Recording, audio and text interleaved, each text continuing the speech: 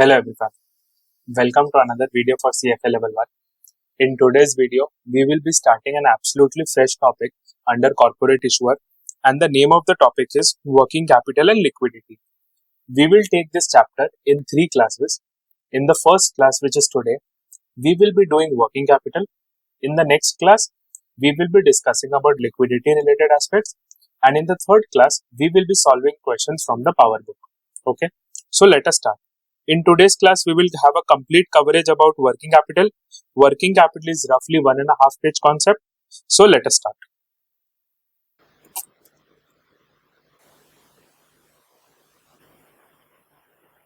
The first concept that we need to understand is working capital management. Okay. So working capital plus management.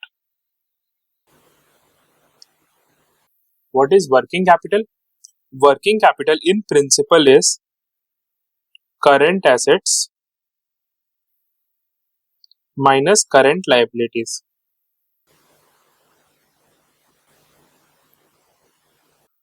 So basically you can say that the excess of current assets that a company has over and above its current liability is working capital. So basically what does the working capital show? A working capital will show a company's ability to meet its short-term liability from its short-term assets, right?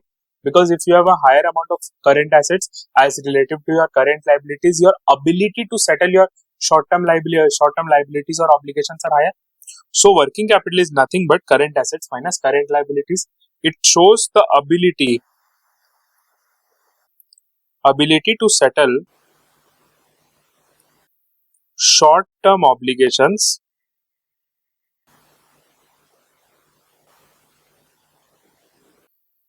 or liabilities. Okay. When you add working capital with the term management, okay, the term working capital management means that using its current assets and liabilities in such a manner to enhance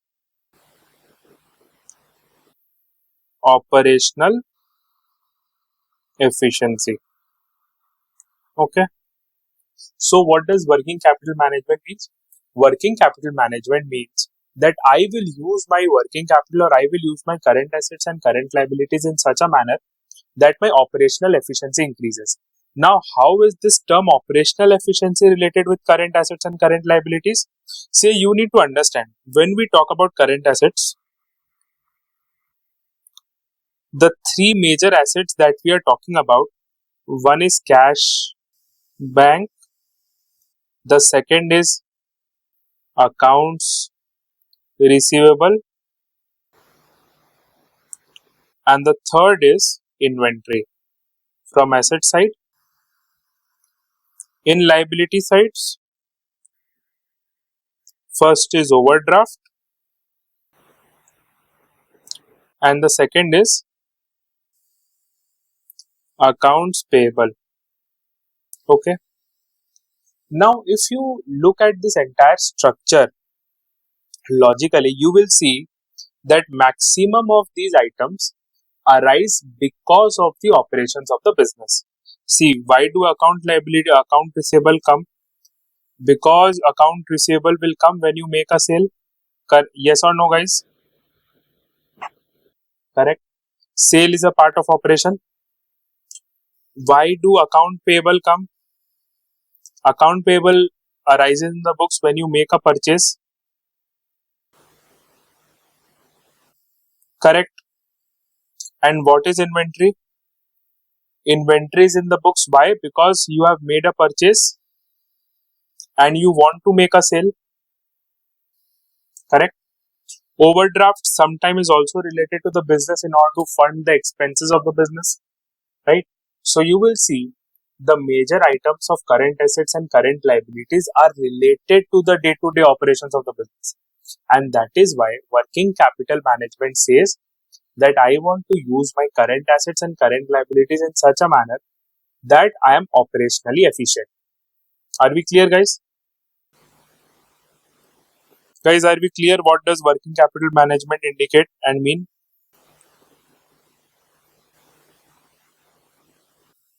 Okay. So when we talk about working capital,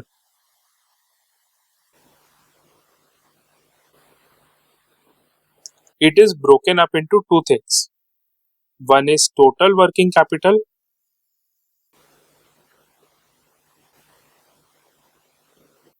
and other is net working capital.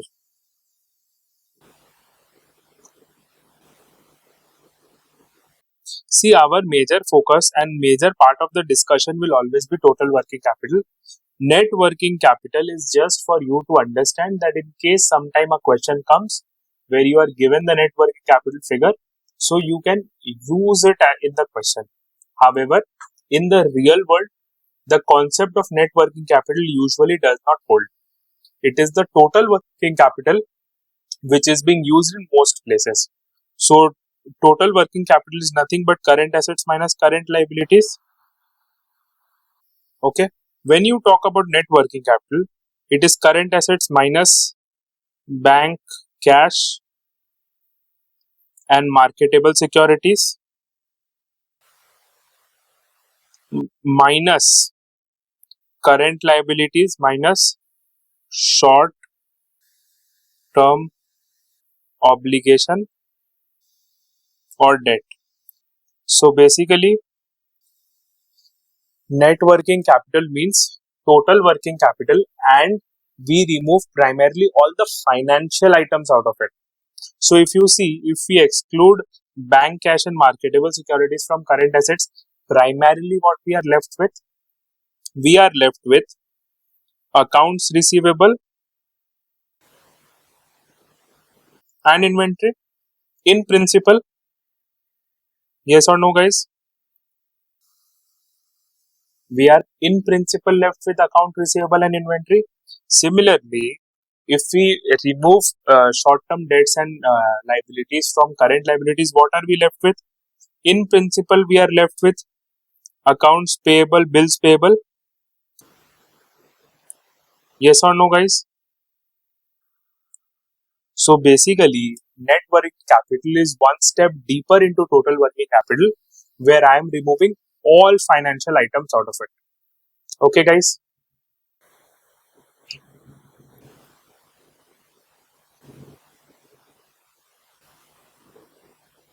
So this was concept number two. The next concept that we have been discussed that we need to discuss over here is cash conversion cycle. What is cash conversion cycle? Cash conversion cycle is exactly what it is named. It is a complete cycle of paying cash and receiving cash.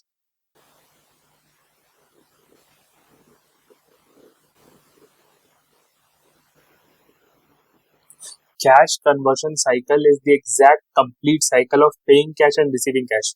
Now we need to understand what are the sources where we make the payment for cash and what are the sources from where we receive the cash.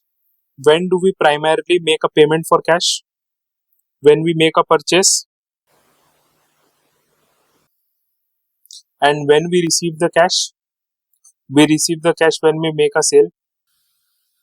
Okay. So basically cash conversion cycle means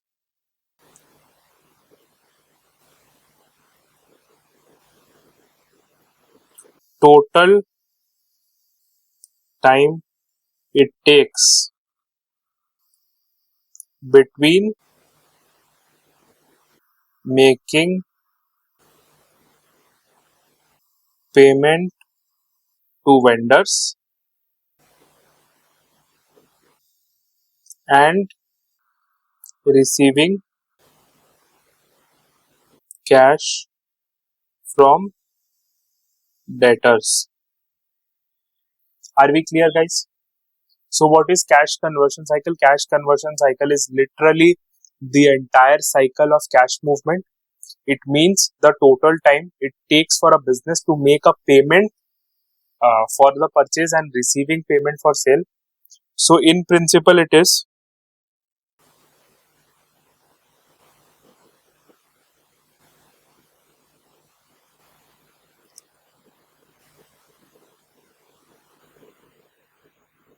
days of inventory plus receivable days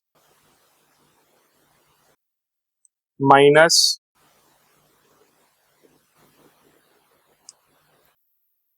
days of payable. Guys, yes or no?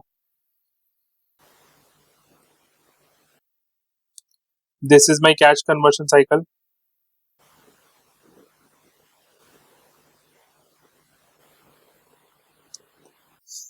Why? Why we have considered the days of inventory?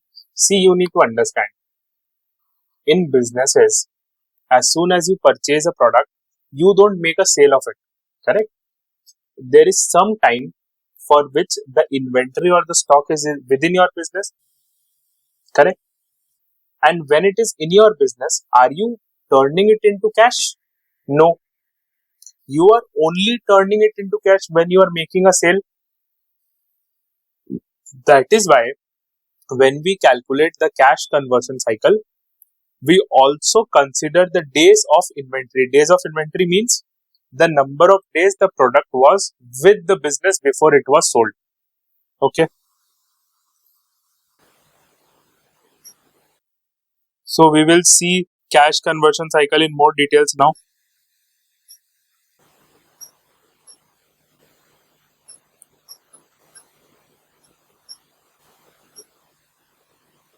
Days of inventory.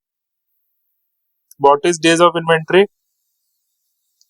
Number of days when inventory was with the business. Yes or no?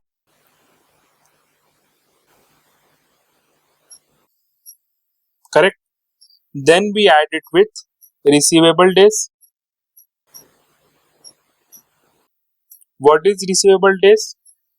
Number of days when the payment will be received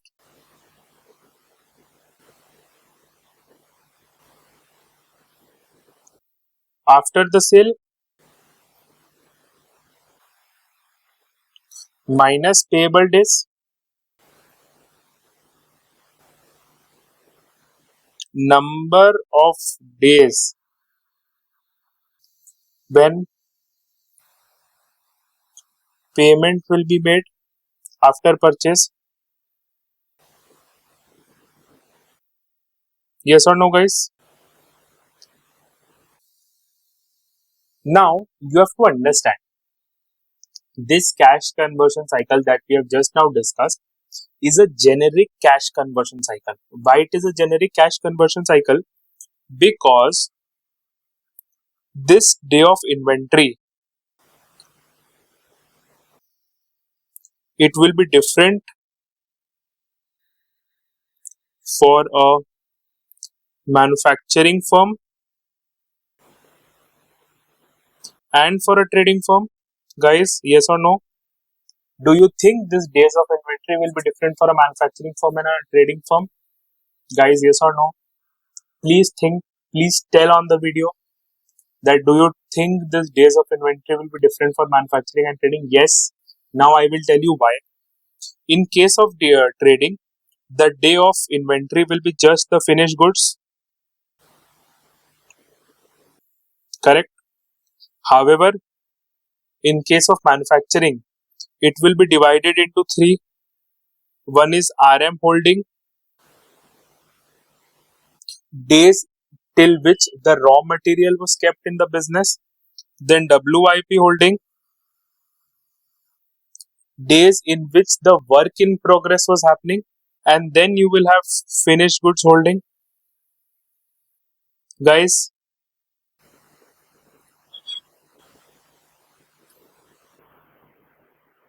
so basically this day of inventory will also vary depending upon whether we are talking about a manufacturing firm or whether we are talking about a trading firm. Yes or no, guys? So basically what we have seen is that the days of inventory is also not a constant. It will change depending upon the type of business, whether it is a manufacturing or a trading. Okay. Now let us understand one more situation.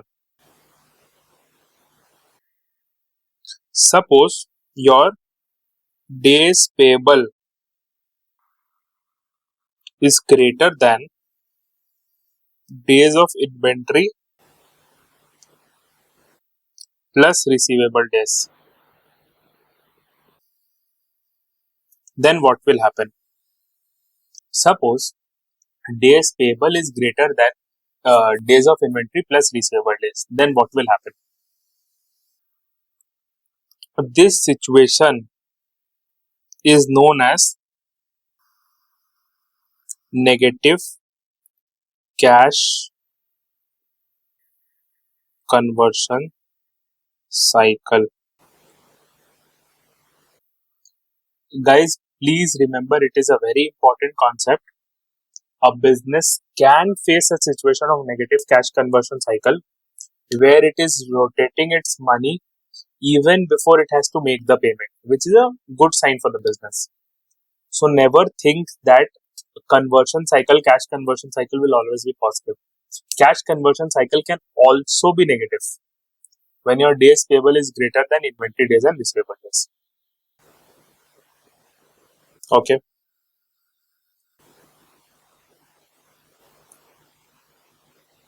Now let me ask a very relevant question from you guys.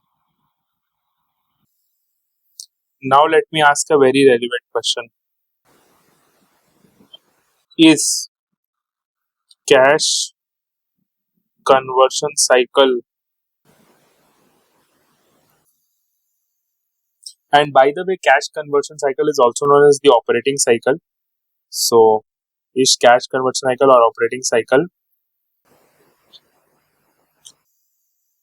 higher is good or lower is good? Guys, please tell whether a higher cash conversion cycle is good or lower cash conversion cycle is good. And let me just remind, what is cash conversion cycle? It is the period in which cash makes one complete rotation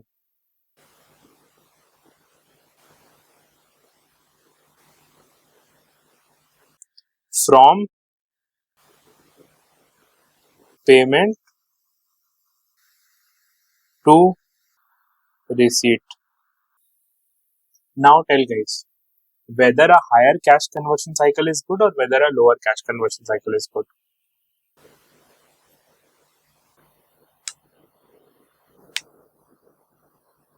See, after looking at the definition and and understanding the term, a lot of you will say that a lower cash conversion cycle is good.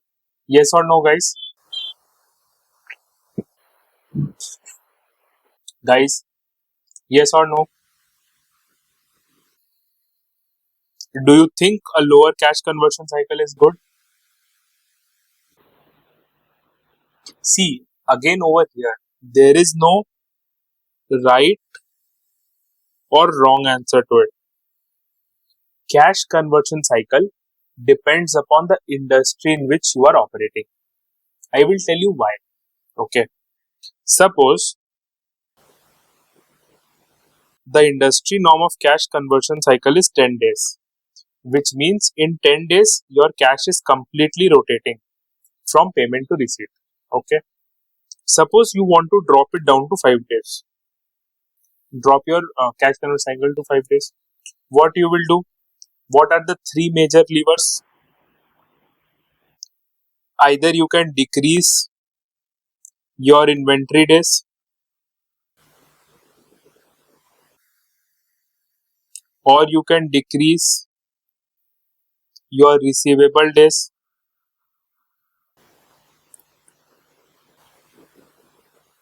or you can increase your payable days. Correct?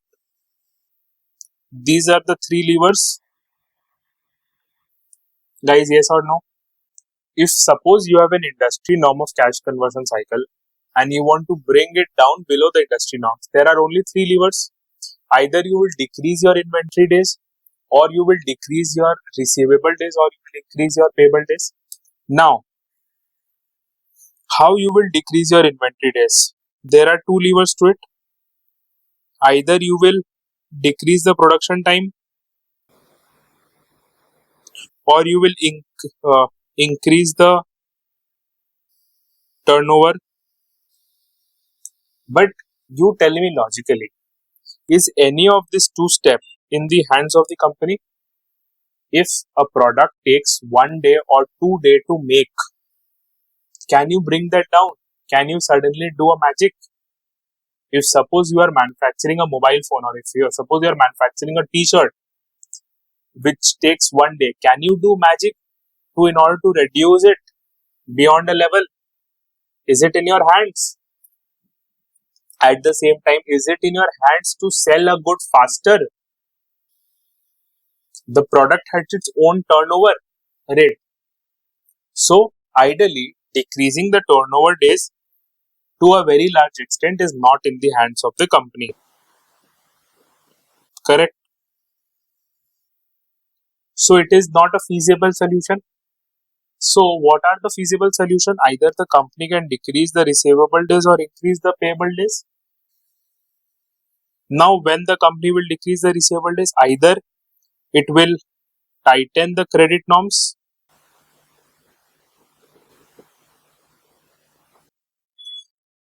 or promote cash sales. Correct? Yes or no? In case of increasing payables, what it can do, it can delay in payment. Yes or no? These are the only four steps. Now see the problem, where the problem comes. If you tighten the credit norms,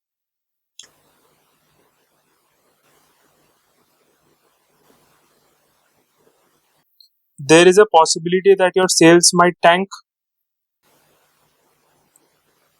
Why? Because if every player in the industry is giving a 20 days of credit or a 10 days of credit, and you are only giving a 5 day of credit, or you are promoting cash sales, why will someone buy from you? So there is a possibility that your sales might tank. Guys, yes or no?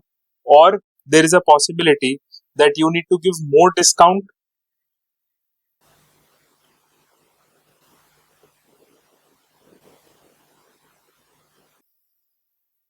And in case of more discount for cash sales, it will have a impact on profitability.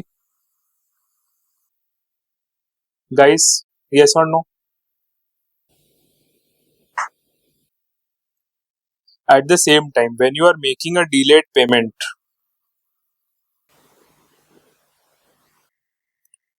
first you can have problem in procuring the raw materials or procuring the inventory, because the vendors will think that, oh, he makes a lot of problem in making the payment, so we don't prioritize this customer, right? So there can be problem in procuring material, which might lead to stock out and impact profitability. Guys, yes or no?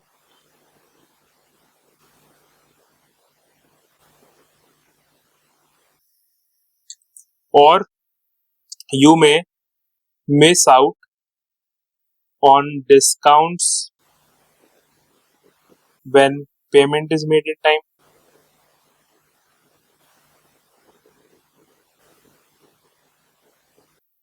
again impacting profitability.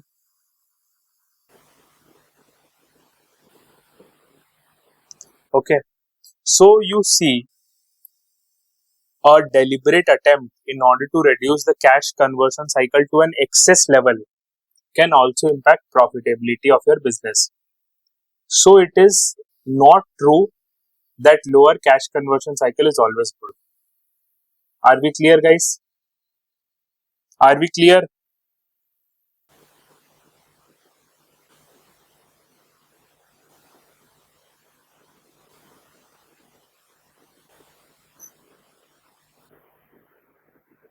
So now we will see from the power book what all topics we have covered. What is working capital? Working capital plus management is working capital management. Current assets minus current liabilities is given as working capital. We have already seen what is working capital management. Working capital management is defined as the process through which the company plans utilizing its current assets and liabilities in the best possible manner to ensure operational efficiency, operational effectiveness. Guys, have we seen this? Are we aware about it? Yes. What is total working capital? Current assets minus current liabilities. What is net working capital? Current assets excluding cash and marketable securities minus current liabilities excluding short-term debt and liabilities. Yes or no? This is a new topic that we have to do. Working capital policies. Okay. Let's park it for a while. Let's go to cash conversion cycle. What is cash conversion cycle? Cash conversion cycle refers to the number of days between paying the suppliers and receiving cash from sales.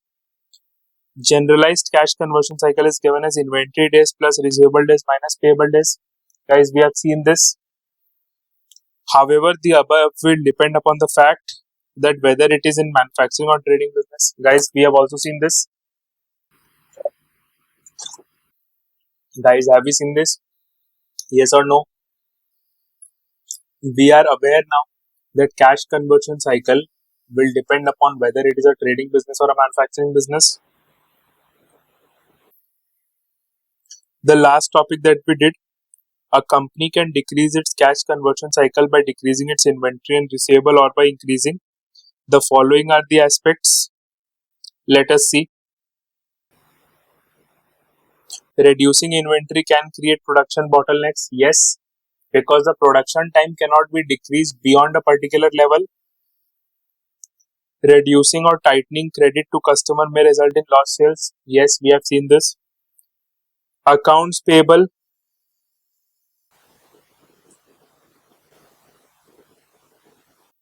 Suppliers offer payment terms in the form of A slash B net C.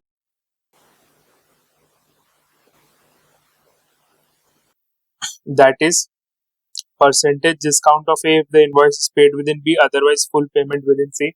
So basically what it is talking about is the loss of discount when payment is made in time.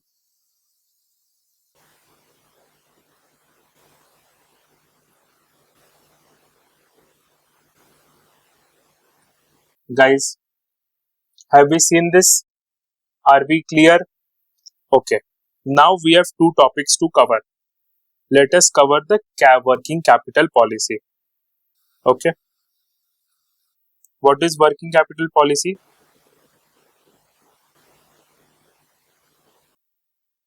First, we will understand what is a policy.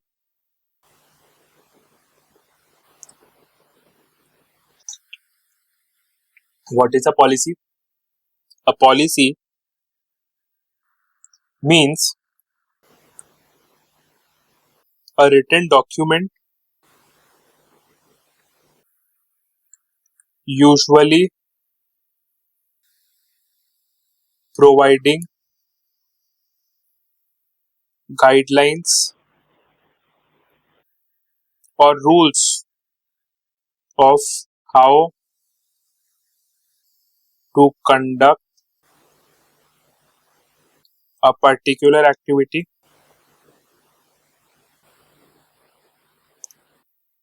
So, what is a policy?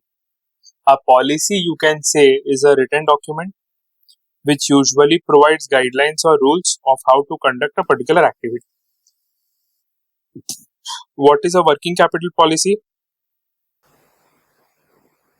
A working capital policy is a rule or a guideline about how a company will maintain its working capital.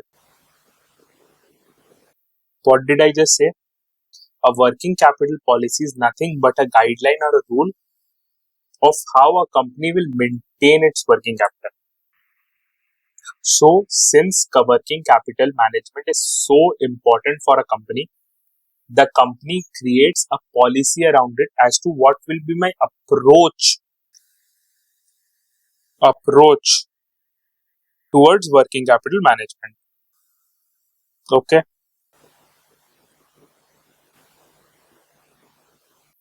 Now, usually, what has been seen across industries and what has been seen across past, working capital policy is of three types. Either it will be aggressive, or it will be balanced, or it will be conservative. Okay, depending upon the management, depending upon the industry in which you are operating, depending upon the socio-economic environment in which you are operating, depending upon the competitive landscape you are working in, you can either choose an aggressive working capital policy, you can choose a balanced working capital policy, or you can choose a conservative working capital policy. What is an aggressive policy? In the aggressive policy, what I am saying is that the working capital, which comprises of current assets and current liabilities, my current assets will be lower. So what will happen? I have a very little margin to service my short-term obligations, and primarily this will be financed from short-term obligations. First of all, my working capital is lower. Okay. Second, they are all financed from short-term obligation. So I am always, on the feet that, sometime if something goes wrong, then how will I meet my short-term obligation? There will be a problem in my business. I'm always at that risk. Guys, I'm always at that risk.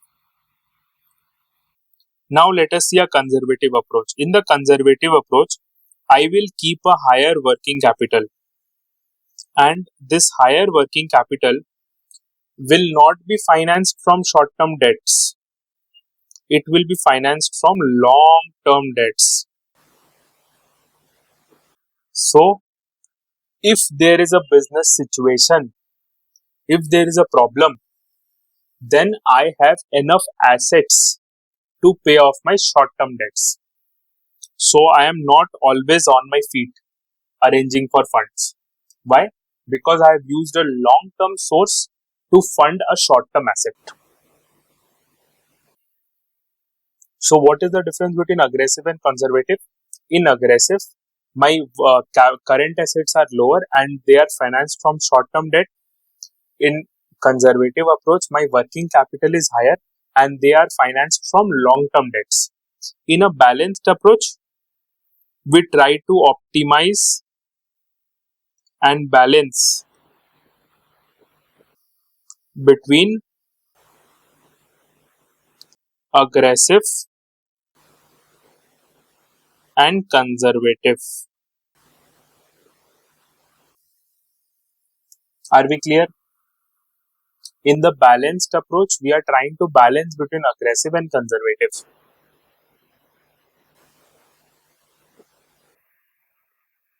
So this is the working. Now, having seen all the policies, now the management will take a call whether I need to go aggressive, whether I need to be conservative, or whether I need to adopt a balanced approach towards working capital.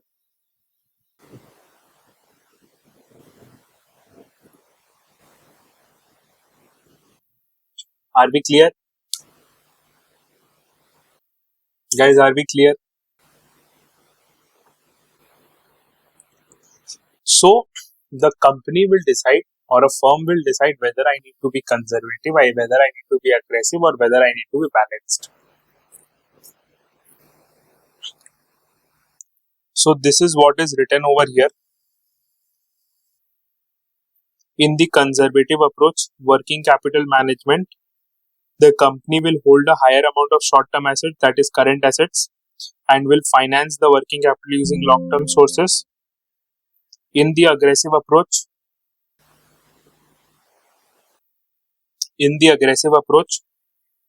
the company will hold relatively lower level of short-term assets and finance the working capital using short-term debts. In a moderate approach, or also known as the balanced approach, the company will seek to find a middle ground and try to optimize between the long-term sources and the short-term sources. Are we clear, guys? So now, after having seen all the topic, we move to the last topic, and the last topic for working capital is the ratio analysis. So ratios relating to working capital.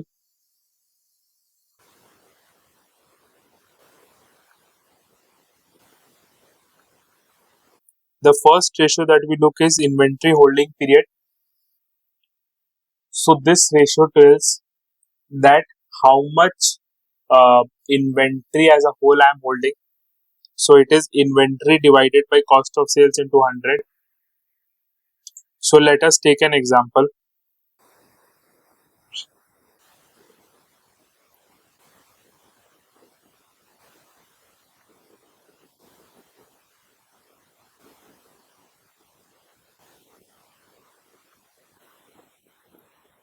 Suppose the inventory cost is 10 and cost of sales is 100. So inventory holding period will be 10 by 100 into 100, which is 10%. So basically what we can say, we can say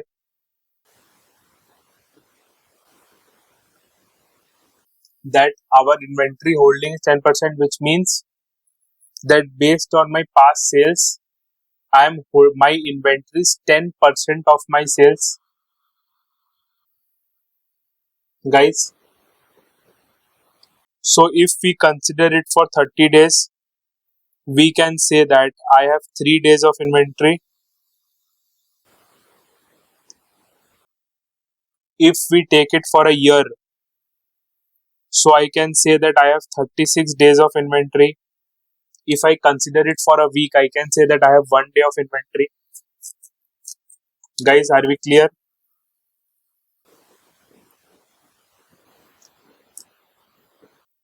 The second is raw material holding period. Definitely, raw material holding period clearly provides what is the time period for which a raw material is held in the business. So it is raw material inventory divided by material usage. In case the question doesn't give you the material usage, then purchase can also be used. So purchase can be used as a surrogate, but always, always understand that material usage is the best measure. In case material usage is not given, then purchase is a surrogate to it. Purchase is not the right metric. It is a surrogate. Are we clear? WIP holding period. WIP held divided by production cost. In case production cost is not given, then COGS is a surrogate.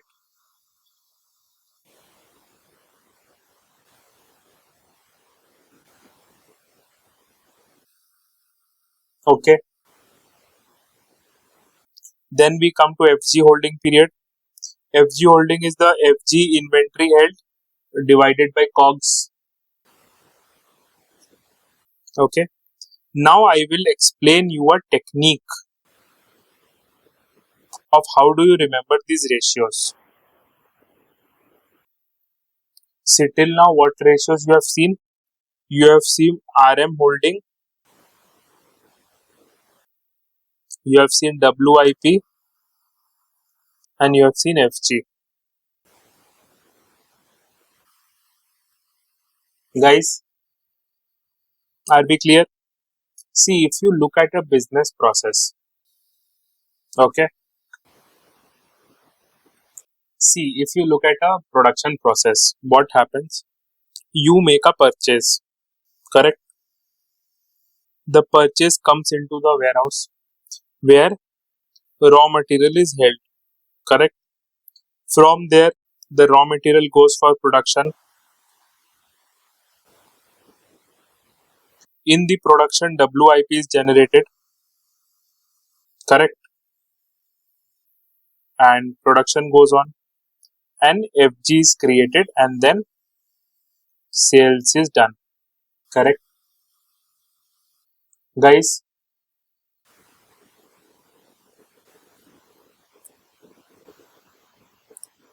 so always remember the ratio of this inventory holding period in the numerator, if it is RM or WIP or FG holding period, the numerator will be either RM or WIP or FG, but in the denominator, it will always be the next step in the entire production process. For RM, it is usage. For WIP, it is the production cost. And for FG, it is COGS. Just look at the production process. RM was held, material got used. With material getting used, WIP generated, then production cost being incurred. Once the cost is incurred, FG is generated. When FG is generated, then you make a sale and then you have a COGS. So whenever you have an inventory holding period ratio, your numerator will always be the inventory. In case of RM, it will be RM inventory. In case of WIP, it will be the WIP inventory. In case of FG, it will be the FG inventory. Okay. However, denominator, it will always be the next step in the production process. In RM, it is the material usage. Why? Because RM is held and the material is used. In case of WIP, it is the WIP and then production cost incurred. And in case of FG, it is the FG and then the product being sold. So you don't need to memorize it. You just need to understand it. In case of RM holding period, the numerator will be the relevant inventory, RM, WIP or FG. In the denominator, it will always be the next step in the production process. Are we clear, guys? Yes. Let's move on to the other ratios. The other ratios are turnover ratios, working capital turnover ratio, sales revenue by net working capital. Then you have receivable turnover ratio, payable turnover ratio, and inventory holding period. Inventory holding period already done. What is receivable turnover ratio? It is receivable by credit sales. So what it shows? It shows how much days of receivable you have in the business. Similarly, for payables, it is payables by credit purchase. So basically, in this entire operating cycle ratio, it can be broken down into two. One is the inventory holding period, and other are the turnover ratios. Inventory holding period, we have inventory as a whole, then we have RM, WIP, FG. We have seen the trick for them, and then we have turnover. Turnover, there are majorly two. One is the receivable turnover, another is the payable turnover. Working capital turnover is not a very important metric, but just memorize it. Working capital turnover is sales divided by net working capital. So what working capital turnover shows is that how much sales is generated from 1 rupee of net working capital. It is a measure of operational effectiveness.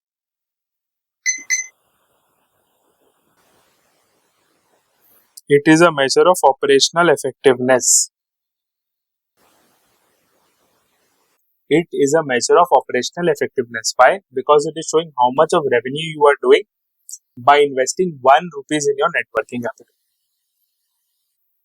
So I hope you guys I have been able to make you understand uh, all the concepts of working capital. We'll just look at the broad pointers we have covered so that we can conclude this topic. The first topic we did was introduction, where we understood the definition. Then we saw total working capital and then we saw net working capital. The second we did cash conversion cycle or operating cycle. Then we deep dived into it. The third we saw working capital policy, and the fourth we saw working capital ratios. These ratios were inventory, holding period ratios, and the receivable or payable turnover ratios. Guys, are we clear? So I hope this video was informative for you guys and you have been able to learn something new. In the next video, we will come up and we will do the remaining liquidity portion of it, liquidity related concept, and then we will solve for questions. Thank you guys and see you again in another